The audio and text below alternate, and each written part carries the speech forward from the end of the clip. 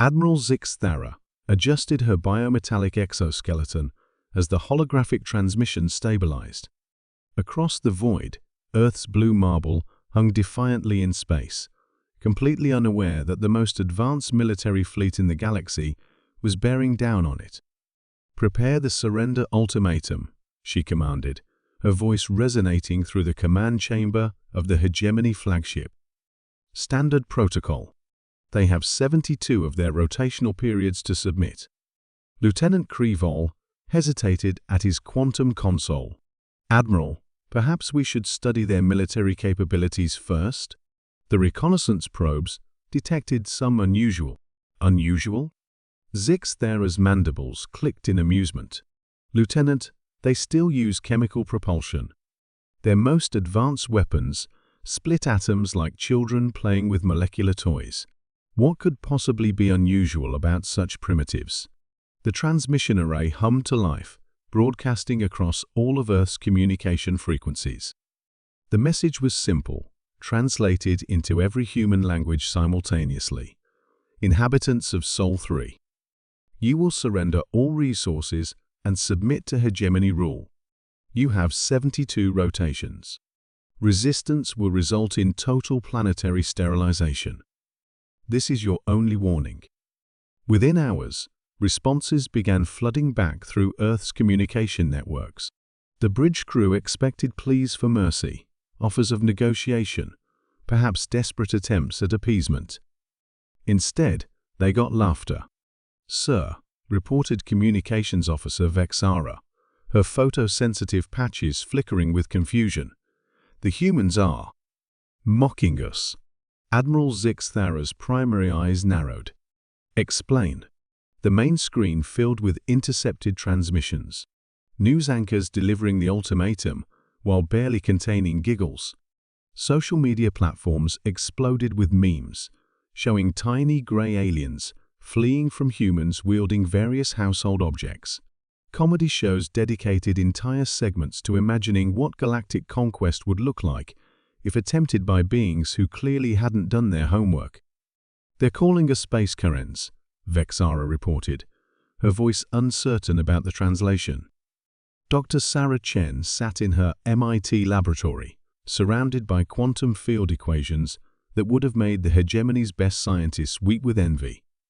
She'd been monitoring the alien fleet since their ships first appeared at the edge of the solar system, and what she'd discovered had made her laugh so hard she'd nearly fallen out of her chair.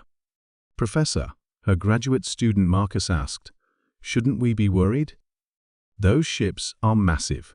Sarah pulled up a holographic display of the alien vessel's energy signatures. "Marcus, look at their propulsion system. They're using controlled antimatter reactions, but they've configured them in the least efficient way possible. It's like watching someone try to power a city with a hamster wheel." She highlighted another section. "And their weapons? They're basically oversized particle accelerators. We've been building better ones for breakfast cereal commercials." Meanwhile, at CERN physicist Dr. James Okafor was having a similar revelation. "They're using technology that's about 300 years behind our current theoretical framework," he told his team. "It's like they learned half of quantum mechanics and decided that was enough." The alien fleet, impressive as it looked, was essentially flying museums. Their advanced civilization had stagnated technologically, relying on brute force and intimidation rather than innovation. General Patricia Rodriguez, head of Earth's hastily assembled defense coordination, couldn't stop grinning as she reviewed the intelligence reports. "Ladies and gentlemen, we're dealing with the galactic equivalent of mall cops. They've got big sticks, but they don't know how to use them." "What's our response strategy?" asked Colonel Kim. "Oh, we're going to educate them," Rodriguez said, her smile turning predatory. As the 72-hour deadline approached, Earth's response came not through diplomatic channels, but through demonstration. Dr. Chen's team activated a localized quantum field manipulation device, something they'd been tinkering with for months as a theoretical exercise. The result was spectacular. 3 of the Hegemony's scout ships simply stopped existing. Not destroyed, not disabled, they ceased to be, as if reality had decided they were a rough draft that needed editing. On the flagship, alarms blared as sensor readings showed impossible energy signatures emanating from Earth's surface. "Admiral," Lieutenant Creeville's voice cracked. "They just manipulated space-time itself. Our ships didn't just explode, they were temporarily displaced from this dimensional matrix." Admiral Zix Thara stared at the readings, her exoskeleton's bioluminescent patches dimming with shock. That's not possible. The mathematics alone would require a complete understanding of 17-dimensional physics, interrupted their science officer. "Something we abandoned researching after declaring it too complex for practical application." The humans weren't finished. Dr. Okafor's team had been working on something even more impressive. They activated a gravitational lens that focused the sun's energy into a beam so precise it could have threaded a needle from 93 million miles away. The beam carved the Hegemony's logo, which they'd helpfully broadcast in their surrender demand, into the surface of Mars. The message was clear: we see you. We can reach you. And we're just getting started. But the final humiliation came from an unexpected source. 12-year-old Emily Watson from Ohio had been working on a science fair project about electromagnetic pulse generation. When she heard about the alien invasion, she scaled up her design and, with help from her electrical engineer mother, created a localized EMP field that fried the electronics of the nearest Hegemony vessel. The ship didn't explode, it just went dark and began tumbling helplessly through space, its crew trapped inside a 30 billion credit paperweight. "A child," whispered Admiral Zix Thara, reading the intercepts of Earth's communications. "A juvenile of their species just disabled a Hegemony dreadnought with what they call a school project." The retreat order came swiftly. As the Hegemony fleet jumped to faster-than-light speed, fleeing the Sol system as quickly as their outdated engines could manage, Earth's response echoed across their communication channels.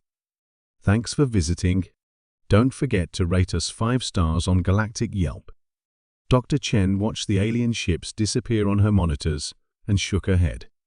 Poor guys probably spent so much time conquering primitive worlds, they forgot what actual innovation looks like.